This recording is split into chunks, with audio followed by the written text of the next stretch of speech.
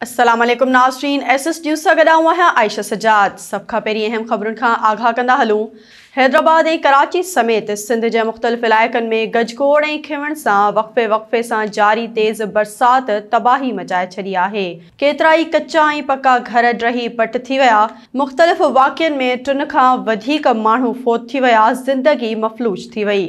कराची, हैदराबाद, ॼामशोरो, कोटड़ी, मीरपुर ख़ास, सांगढ़, टंडो मोहम्मद ख़ान, नवाबशाह, लाड़काणो, सखर, शिकारपुर, उमरकोट, जैकमाबाद, नौशेरो फेरोज़ ऐं ॿियनि इलाइक़नि में बरसात शहरनि खे ॿोड़े छॾियो।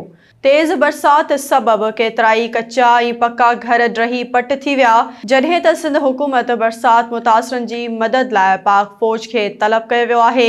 होॾां सभ खां वधीक बरसात हैदराबाद शहर में रिकॉर्ड कई वई आहे, जेका 101 मिलीमीटर रिकॉर्ड कई वई आहे। बदीन में 90 मिलीमीटर ऐं मीरपुर ख़ास में 80 मिलीमीटर बरसात रिकॉर्ड कई वई आहे। थरपारकर जे मुख़्तलिफ़ शहरनि इस्लामकोट, मिठी, छाछरो, नंगर पारकर, डीपलो ऐं कलोई समेत मुख़्तलिफ़ ॻोठनि में गुज़िरियल शाम खां वठी बरसात जो सिलसिलो जारी आहे। हेठियां वारा इलाइक़ा पाणी हेठि अची विया। सांगढ़ ज़िले जी लियारी, सॾजंदड़ मक़सूदो रिंद ऐं भरपासे में वरी आयल ॿीहर बरसात तबाही मचाए छॾी आहे। लुंडो शहर में बरसात जे वसकारे दौरान बिजली अचण सबबि हिकु औरत नासरा परवीन करंट लॻण सबबि फ़ौत थी वई। ॿीहर वसकारे सबबि मुख़्तलिफ़ ॻोठनि में माण्हुनि लॾपलाण शुरू करे छॾी आहे। बरसात सबबि केतिरा ई घर ड्रही पट थी विया आहिनि।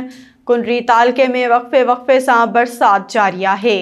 ज़िंदगी मफ़लूज बणिजी वई, कारोबार ठप थी वियो, मुश्किलातूं घर करे वयूं। बरसात सबबि पाणी घरनि में दाख़िल थियण ऐं घर ड्रहण सबबि सवे ख़ानदान पंहिंजी मदद तहत लॾपलाण करण में मसरूफ़ आहिनि। ठट्टो, टंडोॼाम, दादू, मीरपुर ख़ास, मिठी, शहीद बेनज़ीराबाद, सखर, रोहिड़ी, पडीदन, खैरपुर, मोहनजो दड़ो, जैकमाबाद, सांगढ़ ऐं ॿियनि शहरनि में बरसात वक़्फ़े सां जारी आहे।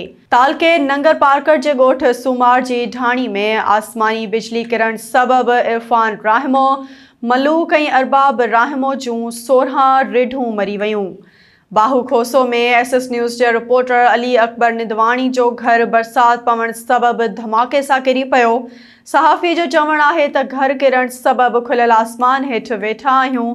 मुख़्तियारकार ठुल खे अपील आहे त संदनि मदद कई वञे। जॾहिं त ॻोठ मोहम्मद शरीफ़, बुगटी ऐं अल्लाह बख़्श घनियो समेत सवे ॻोठनि में केतिरा ई कच्चा घर ड्रही पट पइजी विया। हज़ारे एकड़ सारियालो फसल तबाह थी वियो।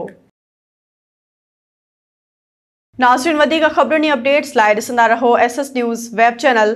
असांजे चैनल खे लाइक ऐं सब्सक्राइब करणु न विसारींदा।